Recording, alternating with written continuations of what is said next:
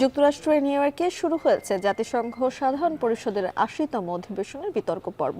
বাংলাদেশ সময় সন্ধ্যা ৭টা থেকে একে একে বক্তব্য দিতে শুরু করেন বিশ্ব নেতারা। আর কিছুক্ষণ পর জাতিসংঘ অধিবেশনে কথা বলবেন মার্কিন প্রেসিডেন্ট ডোনাল্ড ট্রাম্প। অধিবেশনের বিস্তারিত জানাতে নিউ ইয়র্ক থেকে যুক্ত হচ্ছেন আব্দুল আহাদ। আহাদ, নিউ ইয়র্কে প্রধান উপদেষ্টার আজকের কর্মসূচি সম্পর্কে বিস্তারিত একটু আমাদেরকে জানাবেন।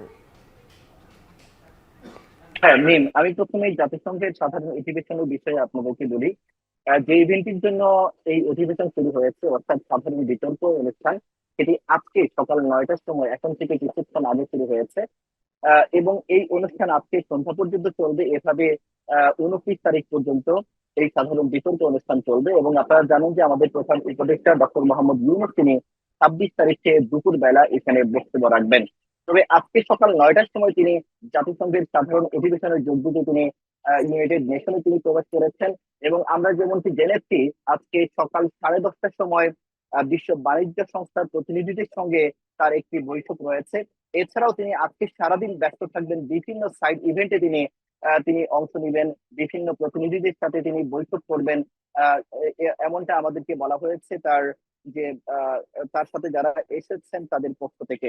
এবং আপনি যেমনটি বলছিলেন যে কিছুক্ষণ পরে বক্তব্য রাখবেন যুক্তরাষ্ট্রের প্রেসিডেন্ট ডোনাল্ড ট্রাম্প। এবং তার বক্তব্য থেকে আমরা যেমনটি জেনেছি যেটি উঠে আসতে পারে, বিশ্বের যে বর্তমানে যে যুদ্ধ চলছে, মধ্যপ্রাচ্যে যুদ্ধ চলছে এবং ওইদিকে ইউক্রেন রাশিয়ার যুদ্ধ চলছে, সেই যুদ্ধটি কিভাবে বন্ধ করা যায় এবং তার বাস্তবে একটি সমাধান কিভাবে কিভাবে বের করা যায়। এবং আপনারা জানেন যে এসডিজি লক্ষ্যমাত্রা যেগুলো উন্নয়নশীল দেশগুলোর জন্য করা হয়েছিল, সেই লক্ষ্যমাত্রা কতটুকু অর্জিত হয়েছে, যুক্তরাষ্ট্র কিভাবে সহায়তা করতে পারে, ওই বিষয়টা তার বক্তব্যে উঠে আসবে। এবং প্রেসিডেন্ট ডোনাল্ড ট্রাম্প আর যে বিষয়টি গুরুত্ব দিবেন সেটি হলো যে বর্ডারে যে অভিবাসী সমস্যা সারা বিশ্বে, সেই সমস্যাগুলো কিভাবে সমাধান করা যায়।